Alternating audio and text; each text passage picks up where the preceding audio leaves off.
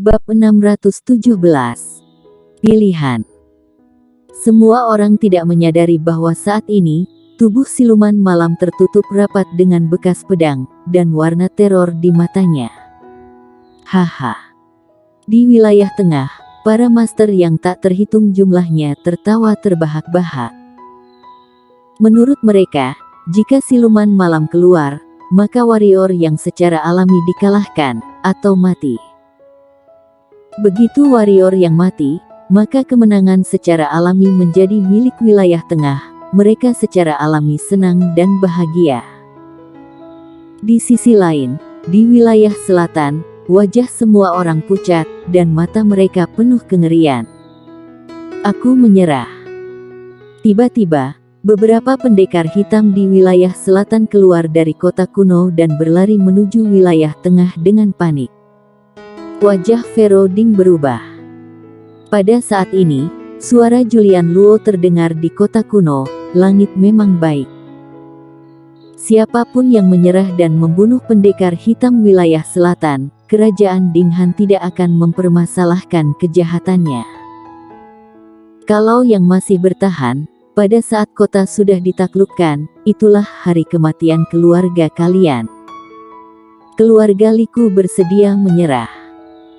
Mendengar apa yang dikatakan Julian Luo, selusin pendekar hitam tiba-tiba terbang keluar dari kota kuno, lalu terbang menuju wilayah tengah.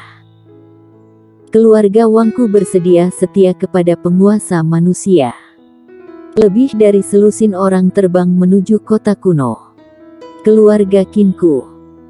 Dalam waktu singkat, hampir 2 lusin keluarga bangsawan meninggalkan kota kuno dan berdiri di sisi Julian Luo.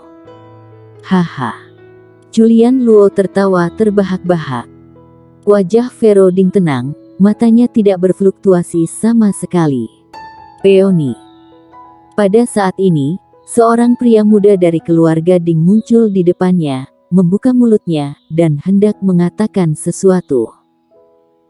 Pharaoh Ding menatapnya dengan dingin dan berkata, "Idiot, kamu menginginkan keluarga Dingku terus mengalami masalah." Yang lain tidak memperhatikan ekspresi siluman malam, tapi dia bisa melihatnya dengan jelas. Yang paling penting adalah sampai sekarang, cerpelai luar angkasa yang memiliki hubungan baik dengan warrior yang belum muncul. Jika warrior yang benar-benar mati, maka bocah kecil pasti akan muncul. Oleh karena itu, dia 100% yakin bahwa warrior yang tidak mati sama sekali. Pada saat pemuda itu berbicara dengan Pharaoh Ding, beberapa keluarga terbang keluar dari kota kuno dan terbang ke sisi Julian Luo. Melihat adegan ini, tatapan kejam melintas di mata pemuda itu, dan berkata, "Peony, keluarga Ding kita tidak bisa menemani kota kuno untuk dihancurkan, aku." Tiba-tiba, sebuah pedang menembus kepala pemuda itu, dan itu adalah Pharaoh Ding yang memegang gagangnya. Di atas tembok kota, semua orang tercengang. Pharaoh Ding melirik orang-orang di sekitarnya dan berkata, "Kota kuno ada di sini, keluarga Dingku ada di sini. Jika ada orang di keluarga Ding yang berani menyerah, aku akan membunuhnya." Kamu. Seorang murid keluarga Ding sangat marah sehingga dia akan mengatakan sesuatu, tetapi ketika dia melihat mata dingin Pharaoh Ding, hatinya bergetar dan dia tidak berani berbicara lagi. Pharaoh Ding adalah salah satu anggota keluarga Ding, namun saat ini Pharaoh Ding memiliki identitas lain, yaitu panglima semua tentara di kota kuno, Master Alam Kaisar. Pada saat ini, dia mampu memimpin pasukan kota kuno. Nona Ding. Pada saat ini, Julian Luo muncul di atas kota kuno, dan tiba-tiba berkata, "Sekarang wilayah selatan pasti akan kalah. Apakah Nona Ding ingin membawa seluruh keluarga Ding dikuburkan bersama kota kuno?" Aku, Julian Luo, berjanji bahwa selama Nona Ding mau menyerah, aku tidak akan mempermasalahkan dan keluarga Ding akan tetap menjadi penguasa laut ribuan iblis di masa depan. Mendengar ini, Anak-anak yang tak terhitung jumlahnya dari keluarga Ding di kota kuno segera tergerak, tetapi Pharaoh Ding tidak bergerak, dan berkata dengan dingin, "Kota kuno ada di sini, maka keluarga Ding ada. Kalau kota kuno mati, dan keluarga Dingku mati." Awan bayangan melintas di mata Julian Luo, dan dia akan berbicara. Pada saat ini, cahaya pedang membubung ke langit, dan kemudian warrior yang muncul di depan semua orang. "Haha. Pharaoh, apakah kamu tahu bahwa aku tidak mati, dan sengaja mengatakan ini untuk kudengar?"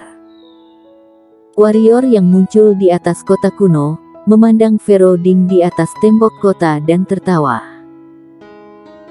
Sebenarnya, ketika siluman malam keluar, dia sudah siap untuk keluar, tetapi ketika dia melihat seseorang menyerah, dia tidak keluar karena dia ingin melihat berapa banyak orang di kota kuno ini yang berkhianat. Di luar dugaan, dia tidak menyangka ada banyak orang keluar untuk menyerah ketika itu dalam keadaan kritis.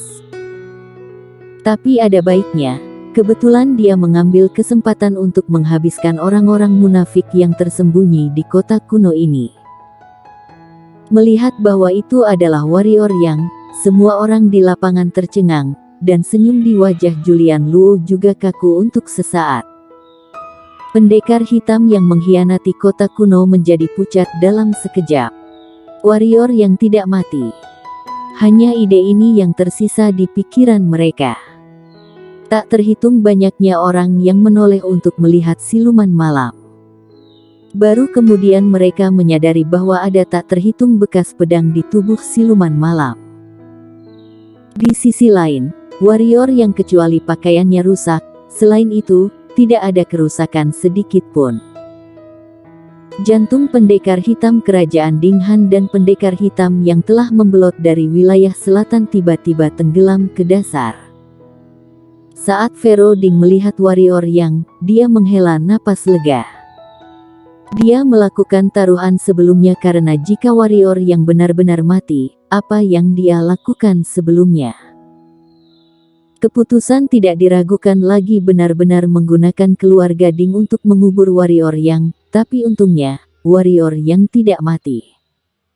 Apalagi yang ingin dikatakan warrior yang. Pada saat ini, dua wanita, Sheila King dan Clara Xiao tiba-tiba muncul di depannya, kemudian mereka bergegas masuk dalam pelukannya. Melihat wajah pucat kedua wanita itu, warrior yang merasa sedikit tertekan. Dia tahu bahwa dia tidak keluar sebelumnya, dan dia pasti mengkhawatirkan kedua wanita itu. Dia memeluk kedua wanita itu dan hendak berbicara untuk menghiburnya. Pada saat ini, dia tiba-tiba merasa sedang dipeluk. Ketika dia memiringkan kepalanya, dia melihat Lesti Qin menatapnya sambil tersenyum. Warrior yang tiba-tiba tersenyum pahit, Fudo ini. Namun ketika Lesti Qin tampak agak pucat, warrior yang merasa sedikit hangat, meskipun di awalnya, kedua belah pihak sering saling memanfaatkan, tetapi Fudo tetap menyayangi dirinya sendiri. Clara Xiao dan Sheila King menjadi bersemangat, wajah mereka memerah, dan kemudian melepaskan diri dari pelukan warrior yang. Clara Xiao menundukkan kepalanya sedikit, tidak berbicara. Sheila King segera memulihkan wajahnya yang tenang, melirik Lesti Qin, tidak mengatakan apa-apa, hanya menghadap warrior yang, dan berbisik, "Hati-hati." Setelah berbicara, dia kembali ke kota kuno bersama Clara Xiao. Lesti Qin mencium pipi warrior yang sambil bercanda berkata, "Hati-hati, jika kamu mati, maka aku akan selingkuh darimu." Dengan gerakan, dia kembali ke kota kuno. Warrior yang menggelengkan kepalanya dan tersenyum, berbalik untuk melihat siluman malam, dan berkata, "Ini benar-benar mengecewakanku. Aku pikir kamu akan berbagi hidup dan mati denganku di bawah, tapi aku tidak menyangka kamu akan melarikan diri. Felix Zuo lebih lemah darimu, tetapi setidaknya masih bersikap seperti seorang pria, dan kamu, seperti penampilan dan hatimu, bukanlah seorang pria." Mendengar itu, semua orang yang hadir ngeri. Apakah siluman malam kalah di bawah? Bersambung. Bab 618. Formasi pisau. Mata Julian Luo menyusut dengan keras. Dia tidak menyangka bahwa alasan mengapa siluman malam ini keluar sebelumnya sebenarnya melarikan diri. Warrior yang ini menjadi lebih kuat lagi. Memikirkan hal ini, wajah Julian Luo tampak menakutkan. Dia adalah raja manusia, dan dia adalah juru bicara dunia ini. Mengapa warrior yang memiliki kesempatan terus-menerus? Mengapa? Wajah siluman malam sangat jelek. Yang terbaik adalah pisau cepat, pisau yang sangat cepat sehingga musuh tidak bisa mengelak, tetapi pisau tajamnya bertemu musuh, yaitu warrior yang. Karena pisau tajamnya tidak bisa melawan warrior yang, pertahanan fisik warrior yang telah melampaui imajinasinya. Harus dikatakan bahwa Tanah Suci telah sangat meremehkan kekuatan warrior yang. Bagi warrior yang hanya mengandalkan cepat tidak lagi cukup, juga harus memiliki kekuatan untuk menembus pertahanannya yang tidak dia miliki. Boom. Pada saat ini, suara keras tiba-tiba datang dari atas kehampaan. Suara itu mengguncang bumi, dan seluruh wilayah selatan bergetar hebat. Kemudian, di mata semua orang yang ketakutan, 7 atau 8 mayat jatuh dari langit. Melihat mayat-mayat itu, wajah Julian Luo, siluman malam dan lainnya berubah drastis, karena di antara mayat-mayat itu adalah Master Tanah Suci dan Kerajaan Dinghan.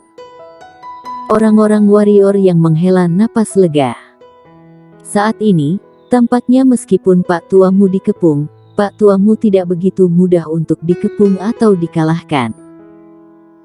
Selama Pak Tuamu abadi dan tak terkalahkan, maka Tanah Suci dan Kerajaan Dinghan akan selalu mematuhi aturan bahwa alam kaisar tidak boleh menyerang alam bangsawan.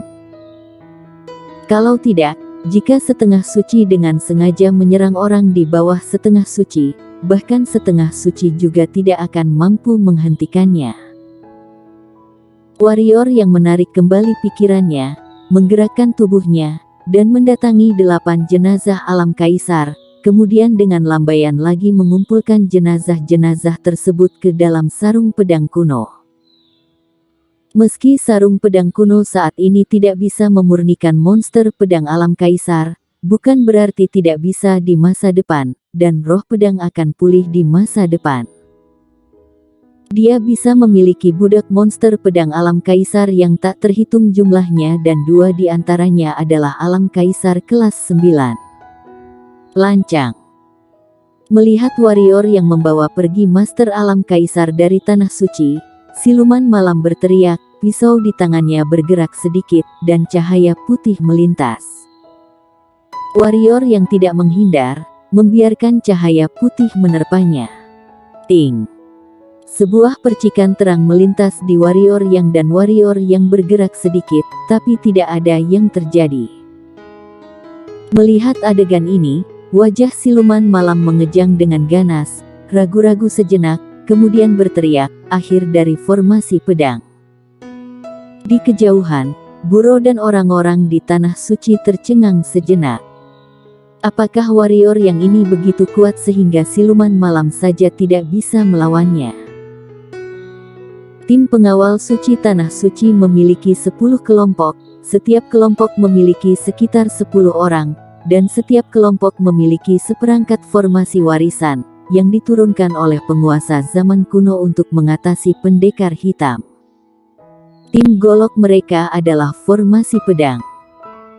Untuk membentuk formasi ini, semua orang perlu memahami jiwa pisau. Semakin kuat jiwa pisau, semakin menakutkan kekuatan formasi. Jika ke-11 orang semuanya alam kaisar, dan jiwa pisau telah mencapai tingkat pertama tingkat surgawi, kekuatan 11 orang itu bisa mencapai setengah suci. Ini bukan rumor, tapi itu memang terjadi. Meski belum mencapai alam kaisar dan jiwa pisau belum mencapai tingkat ke-11, namun ke-11 orang telah bergabung, sama sekali tidak masalah untuk membunuh Master Alam Kaisar. Tanpa ragu, ke-10 orang itu bergerak dan datang ke sisi siluman malam, membentuk formasi segitiga. Jiwa pisau ke-11 orang itu keluar dari badan. Secara bertahap, sebilah pedang besar tanpa gagang yang terdiri dari jiwa pisau dan energi hitam muncul di langit. Pedang besar itu panjangnya sekitar 10 kaki dan lebar 2 kaki. Di bawah aliran jiwa pisau dan energi hitam yang terus-menerus antara lain, pedang besar itu sedikit bergetar, dan bilahnya berangsur-angsur mengeras, dan akhirnya terasa seperti esensinya. Yang paling penting adalah energi menakutkan yang terkandung di dalamnya. Di sekitar bilah, di bawah energi yang dipancarkan oleh bilah, ruang bergelombang seperti riak yang sangat mengejutkan. Warrior yang sedikit mengernyit karena dia merasa bahwa pisau ini telah menguncinya, artinya, dia hanya bisa menyesali pisau ini dan tidak bisa mengelak sama sekali. Warrior yang ini diciptakan oleh penguasa tanah suci khusus untuk menangani pendekar hitam.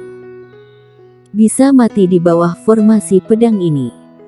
Untukmu juga merupakan sebuah kehormatan. Jiwa pisau siluman malam menggila membanjiri pedang besar, memandang warrior yang dengan sedikit biadab. Seumur hidup belum pernah dia dihina seberat ini. Kalau tidak membunuh warrior yang sangat sulit untuk memahami kebencian di hatinya. Tidak hanya warrior yang, tetapi juga orang-orang yang terkait dengan warrior yang, dia ingin mereka menderita siksaan dan penghinaan sampai mati.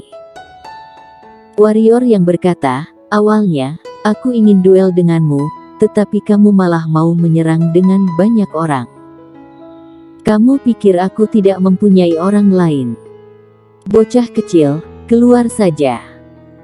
Cahaya ungu menyala, dan seekor macan tutul ungu muncul di bahu warrior yang. Tidak hanya macan tutul ungu, tetapi juga Mimi Lei muncul di samping sebagai cahaya guntur di sisi warrior yang. Pukul mereka. Mimi Lei mengarahkan jari kelingkingnya ke siluman malam dan yang lainnya, memiringkan kepalanya dan bertanya pada warrior yang. Warrior yang mengangguk dan berkata, berjuang keras, karena mereka ingin mengambil makananmu. Mimi Lei tiba-tiba menjadi marah, dan tangan kecilnya bergerak ke udara. Di tengah mata semua orang yang ketakutan, langit langsung tertutup awan. Kemudian, pilar guntur besar dengan lebar ratusan meter dan panjang ratusan meter menembus awan dan bergerak menuju langit. Siluman malam dan lainnya dengan cepat jatuh. Sudut bibir semua orang berkedut terus-menerus. Apa asal-usul gadis kecil ini? Guntur dan kilat datang dengan satu pukulan, apakah dia Thor?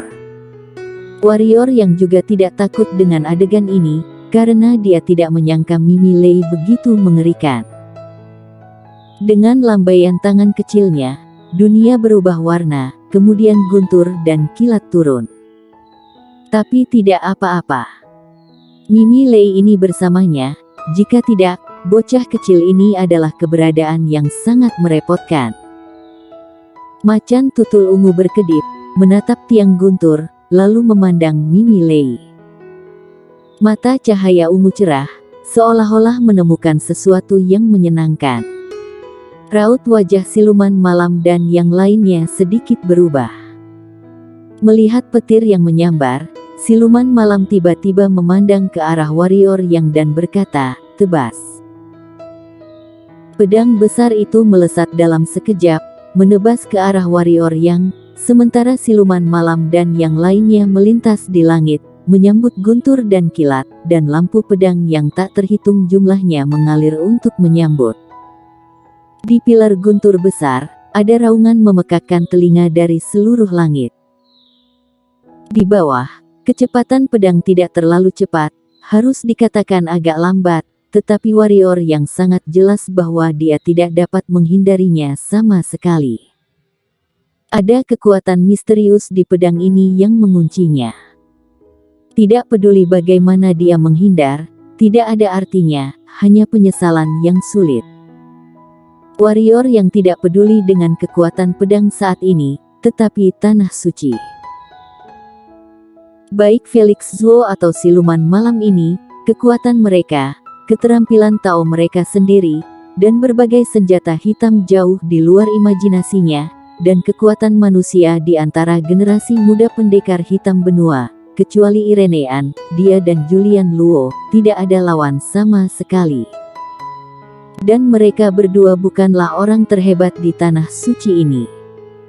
Warrior yang tahu betul bahwa tanah suci ini mungkin jauh lebih kuat dari yang dia kira. Warrior yang menggelengkan kepalanya, membuang pikiran-pikiran yang mengganggu di benaknya, mengusap kepalanya ke macan tutul ungu. Macan tutul ungu mengangguk, melambaikan kaki kecilnya, dan pemandangan aneh muncul. Terlihat bahwa kecepatan pedang semakin lambat, karena ruang di sekitar pedang tiba-tiba dipelintir satu demi satu, tetapi itu masih tidak bisa menghentikan pedang. Pisau besar itu merobek lapisan ruang sepanjang jalan, dan menebas ke arah warrior yang, tetapi kecepatannya sedikit lebih lambat dari sebelumnya, dan cahaya bilah yang dipancarkan dari pisau besar itu jauh lebih redup dari sebelumnya. Melihat domain ruang tidak bisa menghentikan pedang, bocah kecil menatap, cakarnya melambai, dan cahaya ungu yang tak terhitung jumlahnya terkurung rapat ke arah pedang. Cici. Cahaya ungu juga gagal menghentikan pedangnya dan ditebas oleh pedang satu persatu. Macan tutul ungu sangat marah dan ingin melambaikan cakar kecilnya. Pada saat ini, warrior yang mengusap kepala macan tutul ungu dan berkata, "Cukup sudah, sekarang giliranku." Setelah kata-kata itu jatuh, warrior yang membanting kaki kanannya, dan menembak keluar, dengan cahaya pedang dari pedang kayu di tangannya yang menembus pisau besar itu. Dalam prosesnya, jiwa pedang warrior yang mengalir ke pedang kayu tanpa syarat dan cahaya pedang di pedang kayu itu seterang matahari. Duar. Pedang kayu itu menghantam keras di ujung pedang besar itu, dan suara keras terdengar dari langit. Pedang kayu dan pedang lebar warrior yang bergetar hebat, kemudian, di mata semua orang yang terkejut, pedang lebar itu mulai pecah. Dan warrior yang juga tidak mudah. Tidak hanya kayu pedang di tangannya mulai bergetar hebat, tetapi cakar naga gandanya juga bergetar hebat. Pisau itu hancur. Di kejauhan, siluman malam dan yang lainnya menyusut dengan hebat. Mungkinkah warrior yang ini menggetarkan pedang besar yang dikeluarkan oleh ke-11 dari mereka? Juga, dia benar-benar bisa menjelma cakar naga. Apakah dia dari klan naga? Rusak. Dengan teriakan, warrior yang membanting kedua cakarnya, dan cahaya pedang tiba-tiba menyembur keluar dari pedang kayu, dan dengan keras, pedang itu meledak terbuka, sedangkan warrior yang terlempar 100 meter jauhnya dalam energi yang meledak dari pedang. Pergi. Mata siluman malam sedikit menyipit, dan sosoknya berkedip saat dia hendak pergi. Kekuatan warrior yang benar-benar melebihi harapannya. Karena pengaktifan formasi pedang, hampir semua energi hitam dari 11 mereka telah habis.